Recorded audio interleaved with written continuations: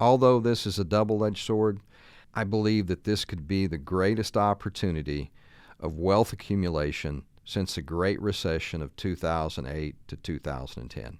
Hey gang, Greg Barron here. Thanks for joining us again on our YouTube channel. Today we are going to talk directly to the commercial real estate market, and I'm going to try to describe as quickly and as simply as I can just what is going on with this destruction of value in the commercial real estate market.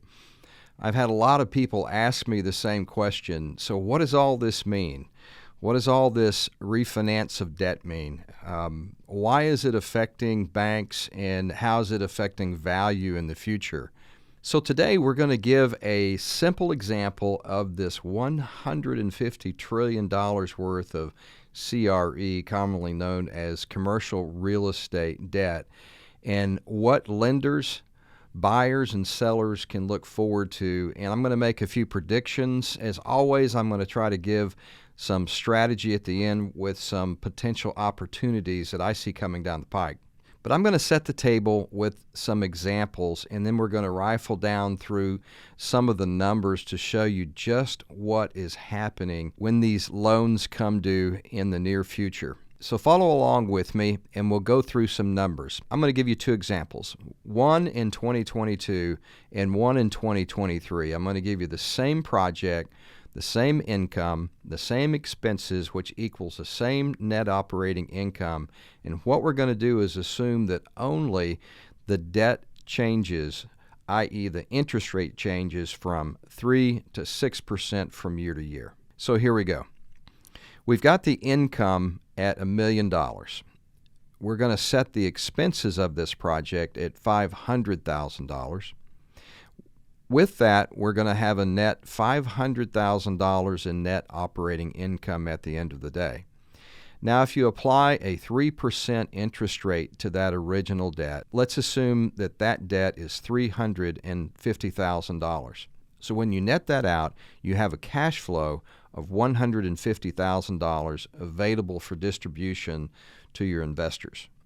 So back in the day, this asset class would produce about a 4% cap rate.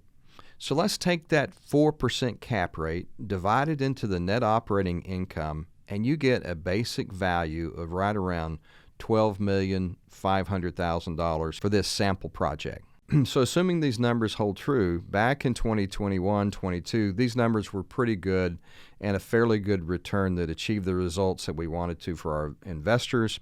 It probably met the debt service coverage ratio for the bank, which is usually around 1.3 or better, and everything was good. So everything was rocking along just fine until the Fed decided they were going to raise interest rates, not once, twice, 3 times, but 10 times. So now let's make the assumption during 2023, maybe the first or second quarter of 2024, we're dealing with interest rate structures that have now doubled.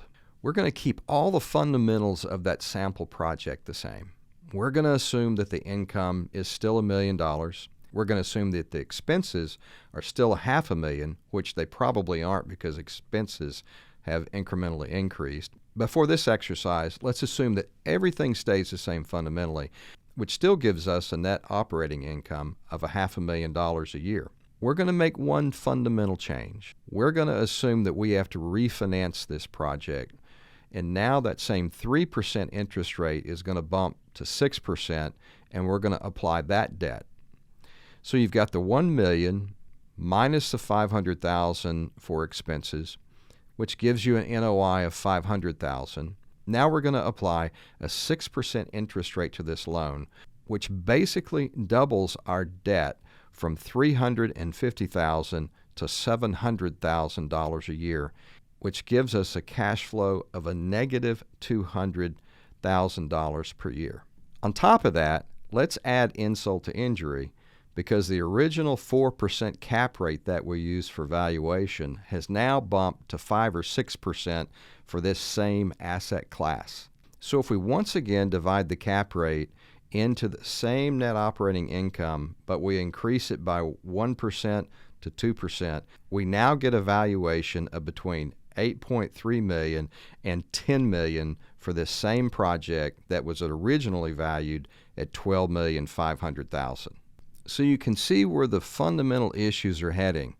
We've got interest rate exposure that's increased. We've got cap rates that have increased 1 or 2% on the same asset class. So to further that example, let's go back to the original valuation, which we said was $12.5 million. If we originally came up with 25% down on this same project, that would be about $3.125 million, if my numbers are correct, giving us a loan value of $9.3 million or somewhere in that neighborhood. So stay with me as we go through this next set of equations, because you can see where the real value destruction comes in for the commercial real estate that we're talking about.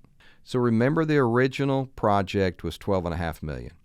If we apply the new cap rate of, say, 6% to this same project, now we're coming up with a value of $8.3 million instead of $12.5, which means that if you take that minus the loan balance of $9.3 million, you have an implied equity then of negative $1,075,000. If you add that to your original equity that you had to come up with of $3.125 million, you'll have a value destruction of somewhere in the neighborhood of $4.2 million, or over 25% of the original value of the project. In essence, not only have you destroyed the original equity that you put into it, your equity position value has also gone down yet another $1 million into the negative. So now you're sitting in front of a banker and you need to refinance this year or next year.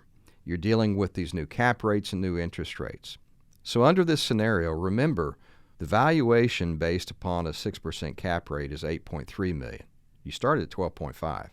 Now, if the banks are even going to do the loan, their new covenants have tightened to 50 to 60% loan to value in lieu of the 25% loan to value, which means under this scenario, if your project's value is 8.3, they're going to ask you to come up with an additional $3.3 million to have their coverage ratio correct to get them to a 50 to 60% loan to value. All this may seem a little confusing, but the bottom line is the original project doesn't come near to performing the way that it was originally presented to the investors and the general partnership group. Now here we are sitting at 2023 and 24. Your loan's due. The valuation is now at 8.3, and you've got a couple of choices. Number one is you have to go back to your investors and say, I'm really sorry, but we're going to have to come up with an additional $3 million to even do this deal at the bank. Or number two, we lose all of the original equity that we ever had. We hand the keys back to the bank and tell them, go try to run it. Either way, the value of this asset class has gone down from $12.5 million to $8.3 million, just because we doubled the interest rate. So in context, if the investors decide to come up with an additional $3 million, they will now have right around $6.5 million invested in a project that's valued at $8.3 million. So if you're opportunistic and have a ton of dry powder, here's a couple of things that are going to happen. The investors could decide to have a fire sale to stop the bleeding and not have to come up with additional cash. Or two, they're going to give it back to the lender, in which case the lender, as I know, because I was sat on that side of the table for a long time, they don't want these being booked as a real estate owned asset, so they want to get these off their books as quickly as possible. Their intention is not to make some kind of great profit or take it back and repurpose it or value add to make it a better project. They want to get it off their books. Either way, you have the opportunity to pick up an asset that was originally valued at $12.5 million for greatly less than what it was developed for.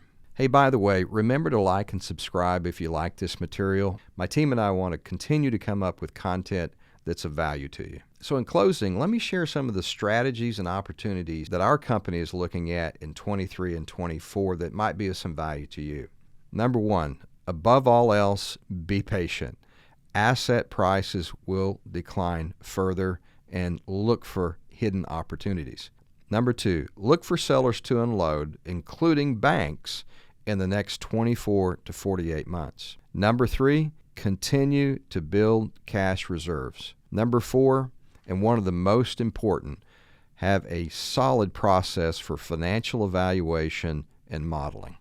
Although this is a double-edged sword, I believe that this could be the greatest opportunity of wealth accumulation since the Great Recession of 2008 to 2010. Be kind to somebody today, and we'll catch you next time. So everything was rocking or wrong. Rock or wrong? It's no longer 4%. It's bumped to maybe 5 or 6%.